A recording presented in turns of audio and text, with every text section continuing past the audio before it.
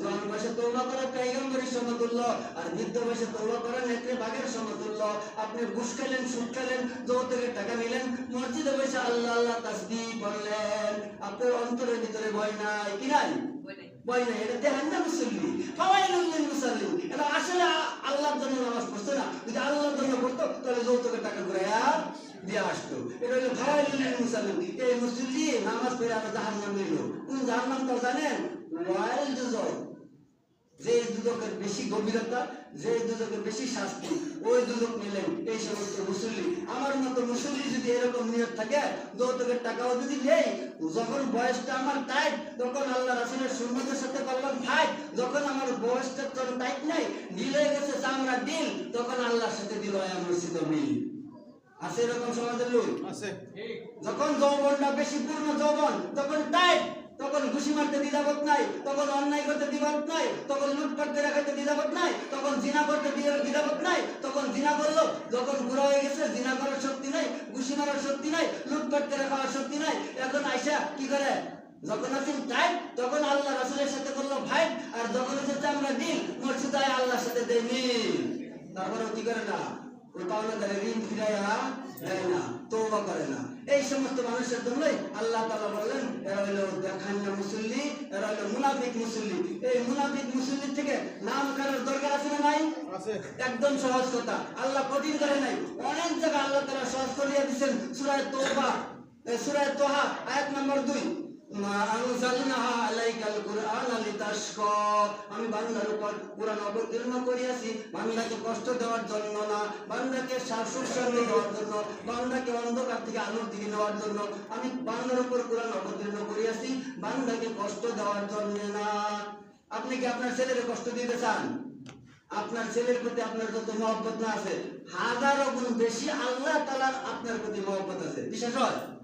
আপনার ছেলেরা আপনি কত মহব্বত করেন, তার থেকে হাজারো গুণ বেশি আল্লাহ তাআলা আপনাকে মহব্বত করে। আল্লাহ তাআলা এত মহব্বত করে, এত সুন্দর করে, এত শ্রেষ্ঠত্ব দিয়া আল্লাহ তাআলা আপনাকে বানাইছে জান্নাতে দেওয়ার জন্য, জাহান্নামে দেওয়ার জন্য না। কিন্তু আপনি স্বেচ্ছায় বুঝতে ইচ্ছা করে আপনি জানার পরেও না বুঝার বাহানা করলেন, বুঝার পরেও না বুঝার বাহানা করলেন। আজকে যে আলোচনা করা হইতেছে এটা কে বুঝে না ভাই? বাংলা বুঝেছে না সবাই? যদি মনে মনে নিয়ত করে আমি যৌতুকের টাকা দিয়ে আবো ঘুরাইয়া, তাহলে তার তওবা এক্ষুনি কবুল হয়ে গেছে। বলে সুবহানাল্লাহ। তওবা করতাম শিখায়ে পয়গম্বরে অত্তে পীরে গর্বে জালেম নিশ্চয় পরে দুয়ারে। জওয়ান বয়সে তওবা করা পয়গম্বরের সমতুল্য। এখন যদি তওবা করেন, এখন যদি অনুতপ্ত হন, আল্লাহ আমি আর জীবনে খারাপ কাজ করব না, অন্যায় কাজ করব না, যদি মনে মনে নিয়ত করেন, প্রতিযোগিতা করেন, যদি তওবা করেন, ওই সমস্ত ব্যক্তিকে আল্লাহ তাআলা বলেন এদেরকে বনি ইসরাইলের পয়গম্বর যেরকম নিষ্পাপ, আল্লাহ তাআলা আপনাকে এরকম নিষ্পাপ করিয়া দিবেন। আত্মীয়তা গেল, এবার আসেন আত্মীয়তা ভেঙে দেওয়া। আপনার আত্মীয়তা ভেঙে দেওয়া আল্লাহর জন্য না ইসমাইল আলাইহিস সালামের আত্মীয়তা ভেঙে দেওয়া আল্লাহর জন্য? ইসমাইল আলাইহিস সালামের স্ত্রী বলছে না আলহামদুলিল্লাহ, খালি বলছে মোটামুটি। আপনারা জিজ্ঞেস করলে বলেন মোটামুটি, বেশি ভালো না, আরো অনেক রকমের কথা কয়, কিন্তু আলহামদুলিল্লাহ বলে না।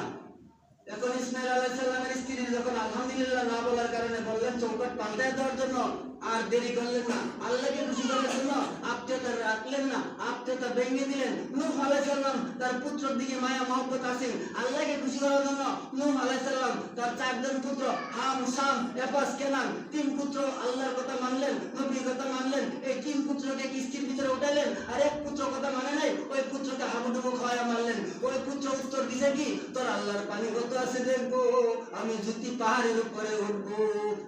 নূহ আলাইহিস সালামের একজন পুত্র আল্লাহকে মানে নাই, তার বাবা নবীকে মানে নাই, তার স্ত্রীও মানে নাই। নূহ আলাইহিস সালামের স্ত্রীও নবীকে মানে নাই, আল্লাহকে মানে নাই। নূহ আলাইহিস সালামকে যদি দাওয়াত দিতেন, কালেমার দাওয়াত দিতেন, দাওয়াত দেওয়ার পর মানুষ যদি মার দূর করতেন, মার দূর করার পর নূহ আলাইহিস সালামের স্ত্রীরা বলতো এই পাগলটা তোরা মারস কেন? আল্লাহ নবী কি পাগল ছিলেন? না, মস্কারি করতো। নূহ আলাইহিস সালামের স্ত্রী যা করতো, এই তোমরা পাগলটারে মারো কেন?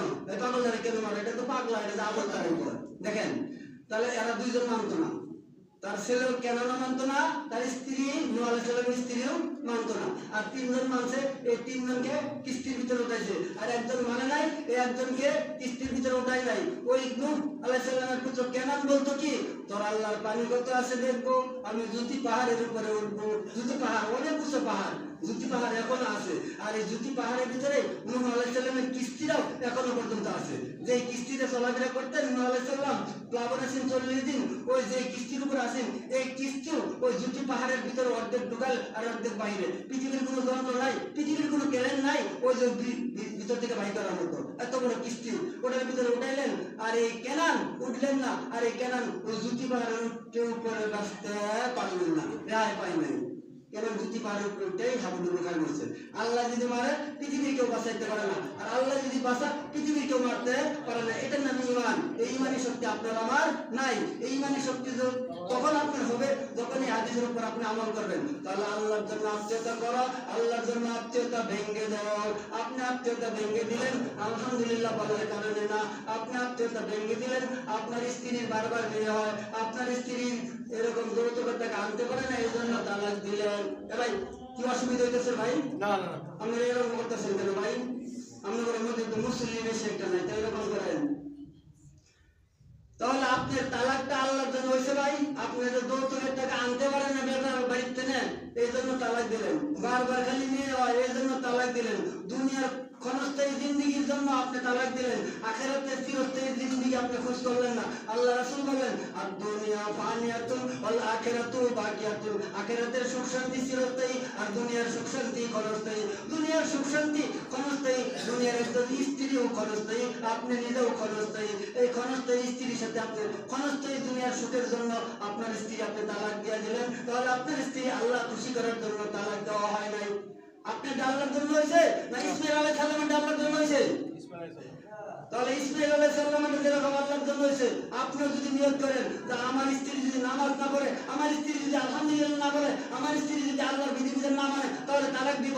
এছাড়া আমার স্ত্রী যত কিছু করুক তালাক দিব না। যদি এই নিয়ত করতে পারেন তাহলে বোঝা গেল আপনিও আল্লাহকে খুশি করার জন্য তালাক দিলেন। এবার দুইটা শেষ ভাই, চারটা তো বেড়ে গেছে, দুইটা আর কটা রয়েছে? মান আহাব্বা লিল্লাহি ওয়া আবগাযা লিল্লাহি ওয়া আতা লিল্লাহি ওয়া মানা লিল্লাহি ফাকাদ ইসতাকমালাল ঈমান। ওই ব্যক্তি ঈমানদার যে ব্যক্তি আল্লাহকে খুশি করার জন্য মসজিদ মাদ্রাসায় দান করে, আর আল্লাহকে খুশি করার জন্য আরেক জায়গায় দান করা নিষেধ করলেন। আপনারা বলেন তো কোন জায়গায় দান করতে নিষেধ করলেন? বাজার। তাহলে এই জায়গায় দান করার নির্দেশ করলেন। এখন আপনারা হয়তো মাজার খুঁজ পেয়েছেন, কিন্তু আরেকটা বাজার খুঁজ পান না। এটা আপনাদের দেখায় দিন। কিছু মাদ্রাসা মসজিদ আছে বেদাতি। আপনাদের মসজিদে হয়তো মাইকটা খুতবা দিবার দিলেন না, আমি মাইক দিয়ে বেশি অংশ খুতবা দিই। মাইকটা খুতবা দেই কি কারণে? কিছু পাশাপাশি বেদাতি মসজিদ বেদাসী মাদ্রাসা থাকে। বেদাত কাকে বলে?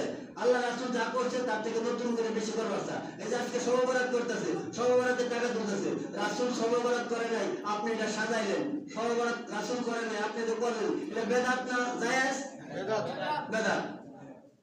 এটা হলো বেদাত। যেখানে বেদাত হয়, খালি মাজারও দান করে বন্ধ না। যেই মসজিদে বেদাত হয়, যেই মসজিদে ইন্নিয়ত জাতুকে নামাজ শুরু করে, যেই মসজিদে 5 ওয়াক্ত নামাজের 5 বার নিয়ত করে, নাওয়াইতু মুসাল্লি লিল্লাহি তাআলা আরবা তাকবীরাতি সালাতি জানাজাতি, যেই মসজিদে এগুলা নিয়ত করে, এগুলাই বেদাত। ইমামও বেদাত, মুসল্লিও বেদাত। ওই বেদাতি মসজিদে দান করলেও আপনি বেদাতের সহযোগিতা করলেন। তাই বোঝা যায় কথা? বিরক্ত হইতেছেন? আপনাদের এলাকায় কি মাইক দিয়েছে এই সময় ঘুরে ঘুরে ডাকে? আগে এক সময় ডাকতো, এক সময় ডাকতো। ওকে কি আপনার এলাকার মানুষ কি চাউলটা টাকা পয়সা দিতেন? না না না। আমাদের এলাকায় এখন আছে। আমি বলছিলাম যে একটার ওইদিকে আসতে দিব না, একটারে চাউল দিব না, আসতে দিব না, আজান দিব। একজন সাহাবী আজান দিলেন, সেহরি খাওয়া শুরু করলেন। আরেকজন সাহাবী আজান দিলেন, সেহরি খাওয়া বন্ধ করলেন। এটাই সিস্টেম। এটা সিস্টেম না করে গাড়ি দিয়ে ঘুরে ঘুরে মাইকতে ডাকে, এরপর ওদেরকে চাউল দেয়। আমি বলছি যারা ওদেরকে চাউল দিলেন ওরাও বেদাতের সহযোগিতা করলেন। ওরা ডিস্টার্ব করলো, খবর দিতে ক্ষতি করলো, রাত 12টা থেকে ডাকা শুরু করলো। আমরা শেষ টাইমে উঠবো, শেষ সময় সেহরি খাবো, আমরা ঠিক টাইম মতো উঠবো। কিন্তু যারা 12টা থেকে ডাকা শুরু করছে, মানুষের কি ঘুমের ডিস্টার্ব হয়েছে? কি হয়েছে না ভাই? সুন্নতের বরখিলাফ বেদাত শুরু হয়েছে, মানুষের কষ্ট হয়েছে। এরপর আপনারা টাকা পয়সা দিচ্ছেন, এরাও বেদাতি করছেন।